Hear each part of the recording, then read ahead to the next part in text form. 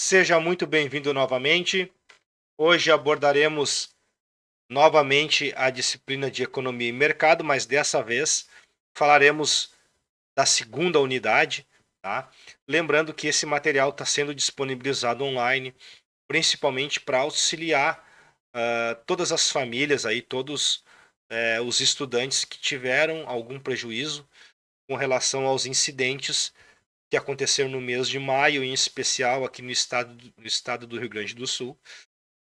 Tá? E ficam aqui os meus votos, o meu desejo, que todos estejam bem e em segurança.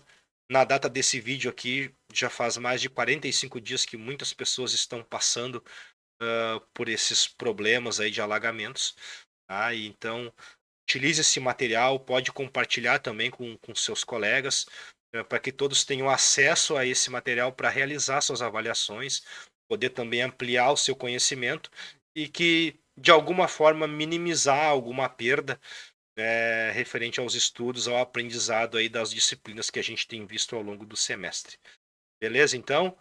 Bora para o vídeo, então, sem mais conversa. Bem, então, como comentei, economia e mercado, então essa vai ser a segunda parte, tá? que a gente vai abordar, tá? E a gente vai ver o que nessa unidade, tá? A gente vai entrar um pouco em microeconomia e equilíbrio de mercado. Também a gente vai ver a questão da macroeconomia e também algumas políticas econômicas que são fundamentais para o nosso aprendizado. Então, o que é equilíbrio de mercado? Tá? Equilíbrio de mercado é quando há um equilíbrio entre a oferta e a demanda. Ou seja, quando aquele valor de determinado produto na quantidade certa, os empresários, né, produzem e do outro lado estão os consumidores, estão dispostos a pagar e estão consumindo esse recurso, tá? Esse produto ou serviço. Tá? E este ponto então sugere que os ofertantes, os empresários, né, e os demandantes são satisfeitos com as quantidades ofertadas, tá? E o preço praticado. Tá? E qualquer outro ponto fora do equilíbrio do mercado mostra esse mercado em desequilíbrio. Então aqui mostrando o gráfico, tá? Está sendo representado por esse ponto aqui, ó, bem no centro do gráfico, tá? Quando a linha da demanda e a linha da oferta se cruzam. Tá? Lembrando na unidade 1 que nós mostramos o gráfico, né? E nós vimos que o gráfico da demanda cresce nesse sentido aqui, tá? Nesse sentido, então essa aqui é a linha, tá? Cresce nesse sentido. E nós temos o gráfico da oferta, que cresce nesse sentido. Tá bem? E aí, nós temos um ator aqui que influencia e muito, tá? Nesse equilíbrio de mercado, tá? Que é o governo. Por quê? Porque ele pode atuar na fixação de preços mínimos. Tá? O governo fixa o preço mínimo pago para o produtor por seu produto. E ele tem esse objetivo, de ajudar o produtor. E também ele pode fixar preços máximos. Tá? O governo estabelece um preço máximo que pode ser praticado pelo empresário. E o objetivo é defender o consumidor. Tá? Então notem, né? O governo então ele pode em algum momento influenciar esse gráfico aí, esse ponto de equilíbrio. Tá? O governo também ele pode influenciar auxiliando nos subsídios. Comentamos, né, também na unidade 1 que o governo ele é capaz de criar alguns incentivos, né, para poder fazer com que determinados setores, né, recebam, né, uma parte dos custos da produção, ou seja, o governo pode em algum momento subsidiar algum valor para os empresários ou para os consumidores, né, ter um custo menor na aquisição desses produtos. E aí o objetivo é aquecer a economia. E também ele pode influenciar com congelamento e tabelamento de preços, né, para combater a inflação, né? Então ele pode fazer esse tipo de congelamento. Quem é um pouco mais antigo assim, né, tem um pouco mais de vida, como eu, por exemplo, vai lembrar que governos anteriores fizeram essa prática de congelamento de preço, né? E se você der um Google aí, você vai ver que não deu muito certo. Isso não auxiliou no combate da inflação. Muito pelo contrário, isso acabou prejudicando muito e acabou acontecendo a escassez. Muitos produtos acabavam sumindo da prateleira, né, dos supermercados, né, e isso realmente causou um mal-estar assim, na economia e também na população de uma maneira geral. Tá? E aí nós temos aqui, agora falando um pouquinho sobre a teoria da produção, tá? Nós temos os custos de produção. Tá? E entre os custos de produção, nós temos os chamados custos fixos, tá? Que são as despesas que a empresa deve pagar. Independente, olha, guardem esse termo aqui, independente da produção. O que isso quer dizer? Que independente dele produzir ou não, ele vai ter que pagar o aluguel, vai ter que pagar seguro, entre outras despesas. E também nós temos os custos variados, que esse aqui, o que vai acontecer? Eles são variáveis justamente porque conforme eles produzem, tá? A despesa sobe ou baixa. Ou seja, quanto mais ele consome, mais custo com matéria-prima ele terá. Quanto mais ele produz, mais energia elétrica ele vai ter que gastar. Assim como podemos colocar como custo de mão de obra, por exemplo, né? Se eventualmente ele precisar fazer uma hora extra, por exemplo.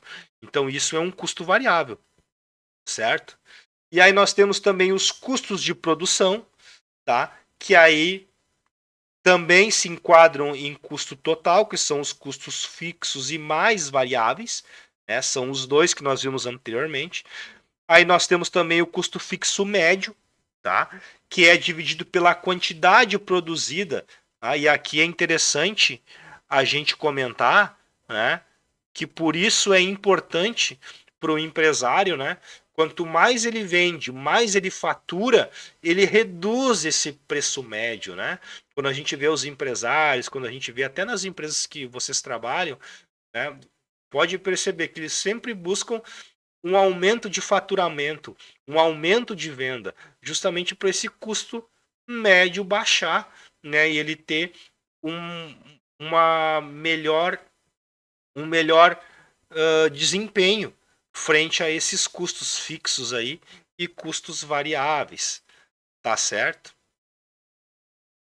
E temos o custo médio, né, que foi o que eu acabei de comentar, né, que é variável dividido pela quantidade produzida. Tá? O custo médio, tá? O custo médio, tá? É o custo total dividido pela quantidade produzida, como nós já vimos. Tá certo? E aqui as estruturas de mercado se referem às características organizacionais de um determinado mercado. Tá? E aí nós temos aqui alguns nomes, né, que a gente já ouviu falar em algum momento. Temos a concorrência perfeita ou pura, temos o monopólio, o oligopólio e temos também a concorrência monopolística, tá? E aí nós temos aqui como característica da concorrência pura ou perfeita, tá? Que há um grande número de compradores e vendedores, também produtos homogêneos sem muita diferença, o livre mercado, não há barreiras para a entrada no mercado e um mercado transparente. Tá? Então, essas são as características da concorrência perfeita ou pura. Aí nós temos também o monopólio. O que é o monopólio? uma única empresa ofertando bens ou serviços. Produtos altamente diferenciados, não há concorrência, a empresa controla os preços, fortes barreiras de entrada.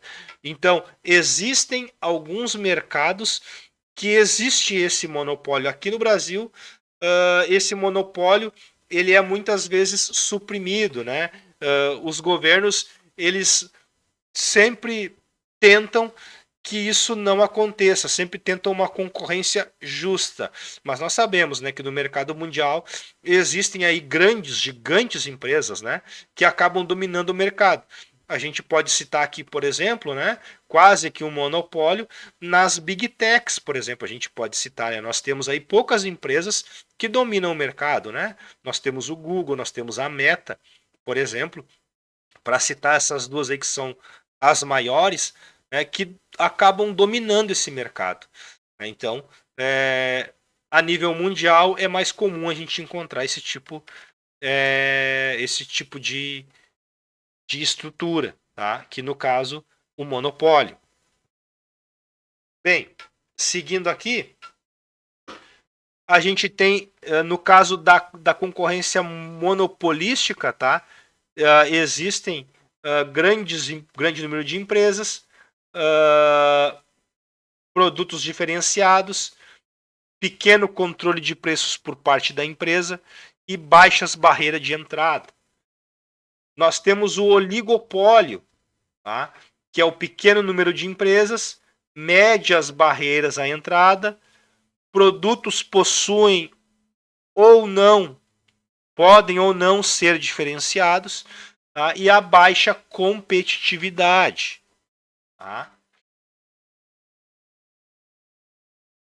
Tranquilo até aqui, gente? Eu espero que sim. Vamos para o tema número 5, então. A gente vai falar um pouquinho agora sobre macroeconomia. Então, você sabe o que estuda a macroeconomia? Então, é a parte da economia que estuda a economia como um todo. Tá? Ela estuda grandes agregados econômicos, né? Como PIB, inflação, emprego, renda, crescimento econômico e outras características. Então, a política macroeconômica tem 4 grandes objetivos, tá? Alto nível de emprego, estabilidade de preços, distribuição de renda justa, ou seja, diminuir a concentração de renda. Né? Aqui quer dizer que eles querem que cada vez mais a renda seja distribuída no país e no mundo de uma forma igualitária, que não tenha poucas pessoas com a maior parte do dinheiro, quanto a maioria da população com poucos recursos e muitas vezes vivendo na miséria. Tá? E o crescimento econômico, geração de riqueza. Tá? Mas aí, é claro, né? Vem ali a pergunta: será que é possível atingir esses objetivos? Será que é possível? Realmente é um desafio para todos os países, né? Não é uma coisa tão fácil.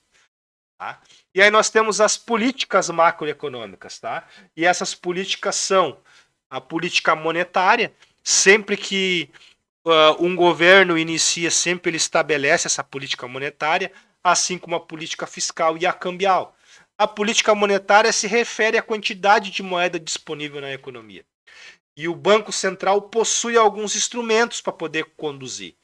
Tá? E quais são esses instrumentos? Tá? Tem as operações de open market, que o governo compra e vende títulos públicos para poder fomentar essa política monetária. Temos os depósitos compulsórios, né? Que parte dos recursos dos bancos ficam em poder do Bacen, ou seja, os bancos então eles depositam um valor, né, no Bacen, no Banco Central, justamente para garantir a estabilidade do sistema financeiro. Tá? É como se fosse uma espécie de um seguro, tá, que os bancos têm junto ao Bacen. Tá? E aí aqui nós temos a taxa de redesconto, que é a taxa que os bancos comerciais pagam para pegar dinheiro emprestado do Bacen.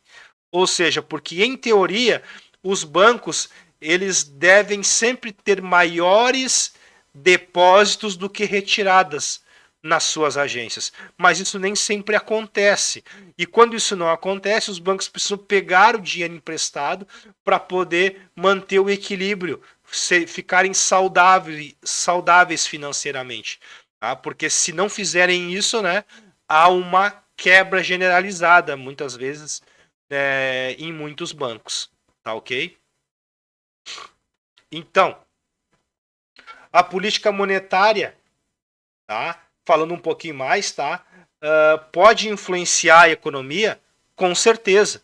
Né? Por quê? Porque a política monetária, né, temos aqui um tipo como a contracionista, que é utilizada quando o governo deseja enfraquecer a economia, né? Combater a inflação, diminuir a quantidade de moeda em circulação. Aqui é muito comum, aqui no Brasil, quando o Banco Central aumenta a taxa de juros, tá? Para frear de alguma forma a economia, frear o consumo para controlar a inflação. E aí nós temos também a política monetária expansionista, que é quando o governo aquece a economia, que aumenta a quantidade de moeda em circulação. E aqui ocorre o contrário, quando é reduzida a taxa de juros, a nossa taxa Selic, fazendo com que a economia gire, né? Porque as pessoas começam a consumir mais e começa a girar mais os produtos, né? Assim como o dinheiro no nosso mercado. A política fiscal é aquela que é responsável pela arrecadação dos e gastos, né, do governo, né? Essa política fiscal aqui, ela acaba fazendo com que, definindo qual é o percentual de taxa de juros, quais são os novos impostos a serem cobrados, ou aqueles impostos que serão reduzidos, justamente para poder fazer com que o governo gire. Tá? E como a política pode influenciar a economia, né? A política fiscal expansionista estimula a economia a partir da injeção de recursos públicos. E a fiscal contracionista, né, desaquece a economia, desestimulando a demanda. Geralmente controla a inflação de demanda. Temos também a política cambial, que é a política que busca uma taxa de câmbio favorável à economia, né? É a política que influencia diretamente as exportações e importações. Aqui é muito comum, né, o governo ou aquecer um pouco mais as importações, né, dando, dando mais incentivos, né, para que produtos entrem no país, tá? E assim como há momentos que também a política cambial auxilia na exportação, que as empresas aqui de dentro do país possam enviar os seus produtos para fora do país, gerando assim um equilíbrio então cambial nessa transação. E aí nós temos os regimes cambiais, que é o câmbio fixo, né? Que é quando o câmbio se mantém um valor fixo determinado pelo Banco Central, e o câmbio flutuante, né, que é a taxa determinada pelo mercado a partir da oferta e da demanda da moeda. E esse último caso aqui é como é a oferta aqui no Brasil. O câmbio no Brasil é flutuante. Tá? E aí nós temos aqui a política cambial um pouco mais, né? Falando aqui, né, do preço do dólar, né? Que quando está muito barato, as pessoas demandam mais dólar. Tá? Se o regime é fixo, apesar de haver pressão do mercado, com o preço do dólar não muda, o Banco Central passa a ofertar dólar para atender esse aumento de demanda e manter o seu preço. E no caso do câmbio flutuante, né, o preço do dólar aumenta, a causa é a mesma que você aprendeu aqui na unidade 2. A demanda aumentou e a oferta foi mantida. Não houve um aumento no preço. Tá? Então, gente, hoje nós finalizamos então a unidade 2. Tá? Eu espero, né, que esse vídeo te ajude nos teus estudos e que você possa realizar suas avaliações aí, e sempre na esperança, né, de que em breve tudo vai voltar ao normal e todos estaremos aí colhendo os frutos aí de uma atitude positiva, de uma atitude que realmente vai fazer com que a gente volte à normalidade.